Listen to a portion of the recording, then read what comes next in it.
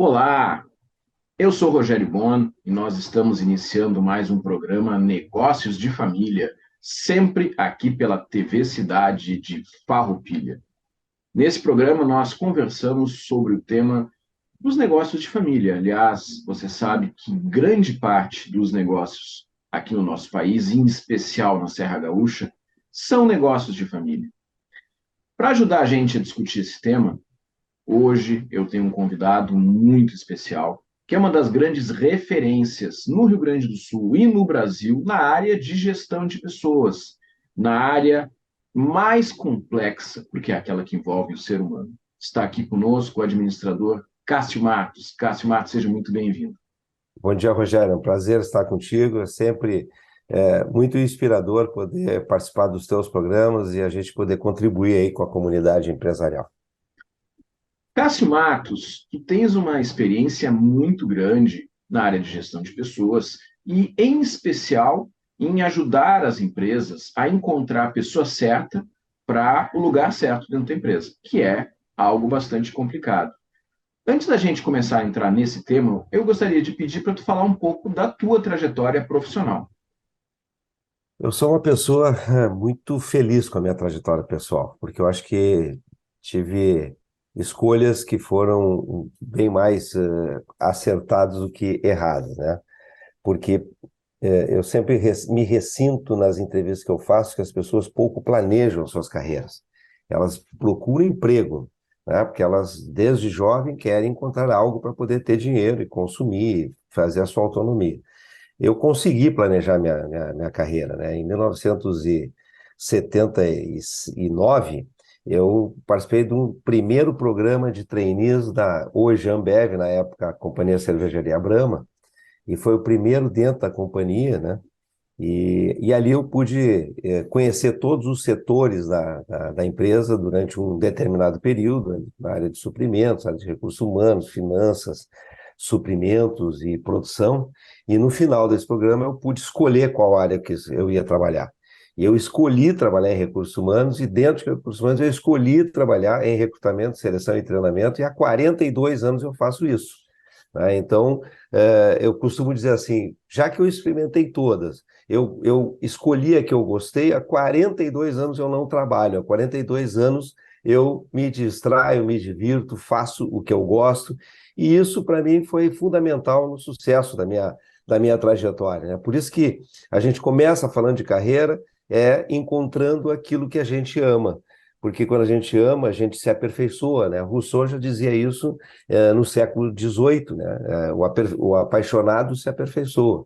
E a partir dali eu vim caminhando, né? Até passando por algumas empresas nacionais, multinacionais, até chegar na última empresa que, por coincidência, e nada na vida é por coincidência, foi adquirida pela Ambev. E aí eu tinha 90 dias para fazer a minha transição, de acordo com o comprador, né? Sairíamos todos os executivos da empresa, e aí nesse período eu ajudei nessa facilitação de saída e fui procurar algo para fazer, e quando eu me deparei com o momento certo, aos 43 anos, eu entendi, bom, agora eu acho que eu vou partir para uma atividade empreendedora. Só que eu tive que conciliar isso com uma situação que um diretor de uma empresa bem importante, bem relevante naquele momento, perguntou se eu não queria ser um gerente de recursos humanos part-time. E com isso eu pude fazer aquilo que é o sonho de todo consultor. Eu tinha tempo para desenvolver minha consultoria e tinha o meu salário garantido para não ter aquela oscilação, né? Esse diretor industrial, Tallini, é uma pessoa que eu acho que eu vou viver duas vidas agradecendo a ele, porque eu fiquei 2 anos e meio trabalhando junto com ele, e nesses 2 anos e meio que eu sempre digo que o empreendedorismo, especialmente na nossa área, a gente tem que suportar os primeiros 24, 30 meses, né, para depois buscar a estabilidade. Durante esse período eu pude ter a felicidade de trabalhar junto com ele para a empresa onde ele era diretor, e ao mesmo tempo desenvolver a minha consultoria e uma outra consultoria que eu era sócio na época, tá?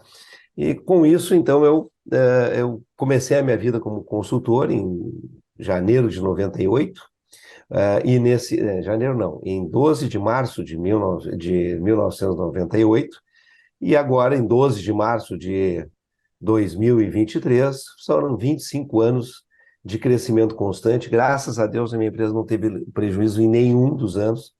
A gente pôde expandir, crescemos para, vamos dizer assim, eu entrei no mercado de seleção de executivos, porque era algo mais associado à minha vida executiva e mais tranquilo por conta do meu network. Então, de imediato, eu sempre tinha posições executivas, e à medida em que o meu tempo foi se organizando dentro da conjugação dos três negócios, eu tinha a minha consultoria, eu tinha uma sociedade numa consultoria e tinha a gestão de recursos humanos dessa indústria, né? E aí, na medida em que eu fui equilibrando a gestão e o meu tempo nessas três empresas, essa empresa que eu hoje completei 25 anos, se posicionou como uma empresa de consultoria em seleção de executivos. E assim foi até 2010, mais ou menos, tá? Porque até 2009 eu mantive a sociedade naquela outra empresa que tinha um caráter mais de seleção de níveis operacionais. A partir de 2010, novamente com sócio, eu adoro ter sócio, eu acredito em sócio, acho que sempre vale a pena ter sócio, porque talvez a pior sensação que eu experimentei até hoje como consultor na empresa em que eu sou sozinho é não ter chefe. Por mais paradoxal que seja, a falta de um chefe é algo extremamente importante, porque a gente precisa de limites na vida, né? E a partir daí, então, eu busquei uma sócia e a gente criou um outro negócio que é similar ao que eu era antes associado, né, de mão de obra temporária, de terceirização, seleção de operacionais. E hoje nós temos aí uma empresa, eu tenho a mesma empresa de seleção de executivos e tenho essa operacional e tem mais uma outra de outsourcing, de folha de pagamento. E a gente consegue aí chegar hoje a 38 pessoas trabalhando na equipe, escritório em Porto Alegre, Caxias do Sul, Passo Fundo, Florianópolis, Curitiba e São Paulo. No ano passado a gente teve uma receita anual aí na ordem de 44 milhões de reais, o que eu acho que é bastante interessante para uma empresa de consultoria, e realmente a gente consegue ter indicadores de desempenho e performance financeira muito robustos, porque na mão de obra temporária, eu costumo dizer, eu não ofereço trabalho temporário, eu ofereço travesseiro para o meu cliente dormir, porque de cada R$ 1.000 que eu recebo, R$ 900 a gente paga salário, paga impostos, paga encargos sociais, e com R$ 100 a gente tem que pagar os nossos custos e sobrar para depois, no final do ano, distribuir. Então, eu garanto que eu vendo travesseiro, né, e consigo ter uma liquidez corrente muito, muito interessante, que fortalece as minhas relações com os meus clientes, né? E assim a gente está crescendo e, se Deus quiser, a filha já está como sócia, já tem 16 anos ela trabalhando comigo. Então, como nós vamos falar de família empresária, vamos falar de empresas familiares, ela agora é a gerente do processo de recrutamento e seleção, ela coordena quase 20 profissionais aí que fazem as buscas pelos profissionais nos diversos níveis que a gente trabalha. E eu acredito que ontem, ainda de noite, coincidentemente, né, hoje nós estamos juntos, ontem eu e ela na casa dela, conversando, e a minha neta de 7 anos, sentada no meu colo, diz assim: vovô, quando é que eu vou começar a trabalhar lá na empresa? Eu cheguei assim: olha aí, Renata, olha aí, Renata, já vamos começar a preparar a tua sucessão, porque Terceira geração. é assim que a vida é, a gente só tem como objetivo maior nessa vida deixar legados para a comunidade, deixar legados para as gerações futuras, e nada melhor do que um legado naquilo que é talvez o ponto alto da sociedade, que é uma empresa que gera cidadania, né? Porque nós trabalhamos com emprego. Então, eu estou muito feliz, eu sempre fui muito feliz, e por isso que eu estou aqui também muito feliz de ser teu amigo pessoal, teu colega de consultoria, e sempre que tu me chama, eu digo assim: vamos organizar a agenda e eu estou contigo. Então, fica à Obrigado. vontade. Cássio, então vamos começar, porque quando a gente tem uma empresa onde pessoas da nossa relação, da nossa família trabalham, existe uma complexidade maior, porque, de certa forma, se traz para dentro do negócio aquele sentimento, aquela questão de subjetividade que existe numa relação familiar. A gente tem uma relação diferente com um filho, com um esposo, com irmãos, e dentro da empresa isso deve funcionar de um jeito diferente. Mas o que a gente vê muitas vezes nas empresas familiares é que não tem uma clareza de definição de papéis e nem uma clareza de definição de quando uma pessoa pode, por exemplo, essa pergunta que tu falaste, né? Muitas vezes a gente vê empresas criando cargos para acolher um familiar, não porque ele é competente ou porque ele tem um histórico, e sim porque ele é meu filho. Ah, meu filho, agora eu vou criar o cargo aqui de não sei o quê e bota ele lá para dentro. Como é que tu vê isso? Bom, eu vejo isso como um grande prejuízo para o filho, né? Uhum. E o sentimento do pai naquele momento é o oposto. Eu estou resolvendo a vida do meu filho. Ele acredita que está fazendo um bem e está fazendo um enorme mal para o filho, né? É, o filho, primeiro que a gente vem de uma geração em que os nossos pais não nos ofereciam o que a gente oferece para os nossos filhos. A gente deu demais, a gente tornou a vida deles muito mais fácil. Uhum. Então, por isso também é muito fácil a gente criar um processo, inventar um cargo, arranjar uma atividade e botar o filho ali. E a gente esquece que muitos de nós ralaram muito, né? Caminharam de pé descalço em chão cheio de pedra e não dão para os filhos essa mesma condição, porque, sei lá, o sentimento da gente, eles não precisam passar pelo que eu passei. Eu acho que eu dei uma formação, o meu papel como pai é dar uma melhor educação e ele vai dar o melhor de si. Não é assim. Não é assim. Primeiro, porque ninguém é igual a ninguém. Então, a fórmula da tua vida pessoal não serve para o teu filho, a fórmula do teu amigo de conversas, que também é um empresário, que tem um filho que está dando muito certo, a experiência daquele jovem, daquele pai, é outra experiência, não serve. A gente precisa ter alguém que nos ajude a poder fazer uma leitura do filho que a gente tem, porque não adianta. A relação pai e filho, mãe e filho, é um amor incondicional. E é Uhum. muito difícil a gente tomar decisões racionais em cima de amor incondicional, né? Então, se o pai conseguir ter a disciplina de trabalhar com isenção no tratamento daquele filho ou daquela filha, para que ela comece a trabalhar na empresa, ela vai estar fazendo uma grande ajuda para esse filho. Talvez a principal ajuda para a marca do filho. Quando eu falo marca, eu falo o nome do filho. Uhum. Porque é muito triste a gente entrar nas empresas e ver o filho do dono, né? Ou um dos filhos, ou os filhos, ou os sobrinhos, serem caçoados, serem ridicularizados, serem contestados por falta de educação, grosseria, estupidez, arrogância, prepotência, insolência. E é muito normal isso acontecer. E o pai, que sempre quis dar o melhor para aquele filho, está botando o filho numa condição de ter manchas na sua marca pessoal, né? Tem casos de enorme sucesso e tem casos de grande fracasso. Pega o rastro do sucesso e pega o rastro do fracasso. Lá no início você vai ver quem planejou a carreira do filho e quem encontrou um lugar para o filho trabalhar e poder crescer e ser o sucessor.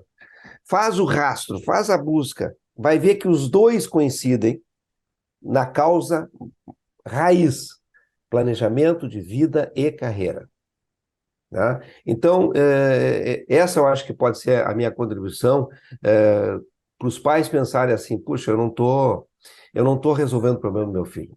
Eu estou expondo uma marca a um mercado interno e externo da companhia. Essa marca, ela vai estar polida, vai ter brilho, ou vai ser uma marca que ao longo do tempo vai se desgastar e, eventualmente, em muitos casos, não tão eventualmente, os filhos fazem carreira em outras áreas porque saem, porque não suportam, porque o pai briga ou porque voltamos àqueles conflitos que são extremamente negativos dentro das famílias, né? Cássio, e aí eu entro também com uma outra questão. Em muitos casos, a gente vê histórias bem-sucedidas de construção de carreira, de planejamento de carreira e planejamento sucessório na empresa, onde o filho ele é incentivado a ter experiências externas. Diz, olha, vai ao mundo, conhece como é que é o mercado, conhece outras áreas, cria uma história profissional e depois a gente conversa para tu assumir uma posição aqui ou assumir um papel de relevância aqui, até mesmo em outros países, fazer um período de intercâmbio em algum outro lugar ou em outro estado. Como é que tu vê isso? Olha, eu vejo como extremamente saudável, porque é, uma vez eu li uma história dizendo assim: ninguém pode falar sobre uma experiência sem ter vivido a experiência. Hum. Tá? Não adianta você dizer detalhadamente como é uma vida numa república de estudantes se você nunca morou numa república de estudantes. Tá? Então, como é que um filho que nunca trabalhou em outro lugar vai falar de experiência no processo decisório, que é necessariamente um processo racional para ser melhor e mais eficaz? Como é que alguém que entra num lugar, trabalha, e tem muita gente assim, muitos, são muitos os diretores gerais, diretores de áreas, gerentes, que começaram a vida naquela empresa e só tem aquela realidade daquela empresa. Partindo do princípio que essa pessoa seja extremamente correta, competente, educada, generosa, ainda assim, né, muito bem formada, ainda assim, ela não teve a experiência de viver numa república para falar como é que é morar numa república.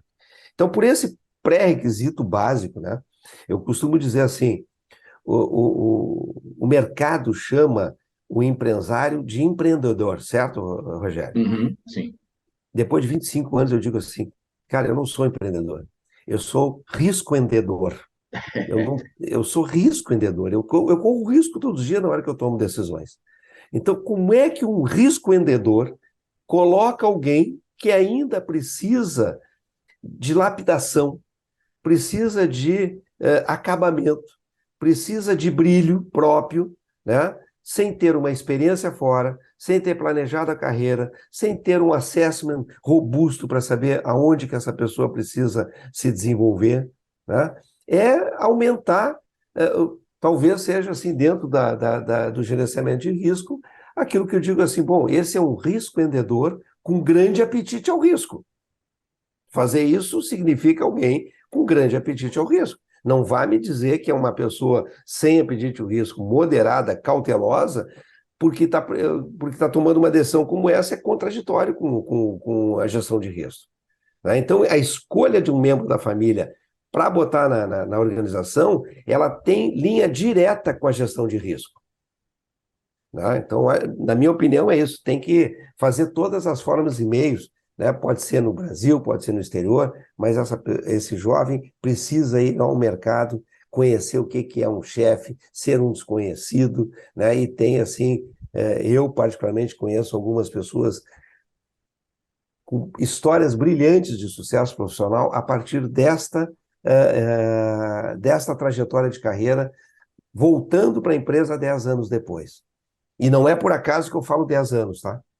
Na minha opinião, o ciclo de experiência fora da empresa deveria ser de 10 anos. Ou, no mínimo, de 5. Entre 5 e 10, porque as pessoas têm graus de maturidade diferentes, né?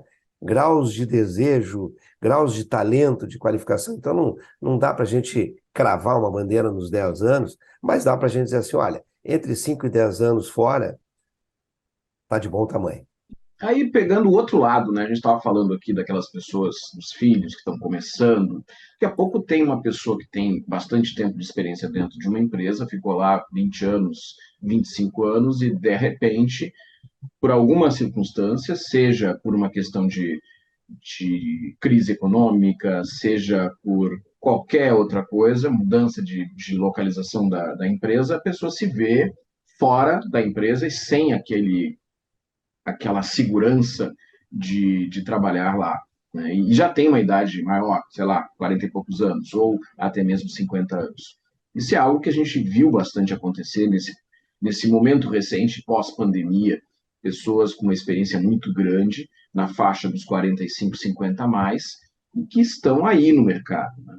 Como é que tu vê esse espaço para essas pessoas? Existe espaço para profissionais acima dos 45 hoje dentro das organizações? Ou qual é o caminho que tu enxerga para essas pessoas? Bom, aí tem algumas faces que a gente tem que pegar, né? A primeira face, eu diria assim, sim, tem mercado, tem espaço dentro das empresas para pessoas até com 60 anos de idade. Eu não tenho dúvida disso, porque a gente tem fechado algumas posições com pessoas, a mais recente na minha lembrança foi 63 anos de idade. Então tem, 45 é jovem, é uma pessoa que tem muita lenha para queimar ainda nesse mercado corporativo. Segundo, que aí eu vou para uma questão que envolve a vida, no planejamento de vida e carreira envolve a vida. Depende, né, Rogério? Se essa pessoa com 25 anos de carreira, talvez 20 na última empresa ou 15 na última empresa, foi uma pessoa que ao longo da vida gastou menos do que ganhou, né? É uma regra. Ele Uhum, pode começar a pensar no negócio próprio. Se uhum, ele não obedeceu essa regra, ele vai ficar limitado ao emprego, porque ele vai precisar correr atrás até o fim da vida, ele irá correr atrás. Então, tem essa questão. Então, não vamos falar desse caso, vamos falar daqueles que cumpriram a regra, né? 0,1, sim. gaste menos do que ganha. Eu tenho agora, eu trabalho com mentoria e processo de coaching, né? Mentoria é quando a gente trabalha mais focado em carreira.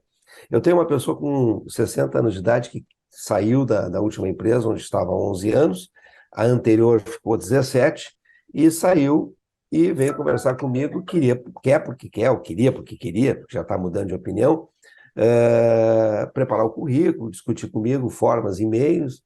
Aí eu fiz uma reflexão. Você está com 60 anos de idade, o mercado pode te acolher? Sim, pode. Um pouco mais difícil, mas pode te acolher.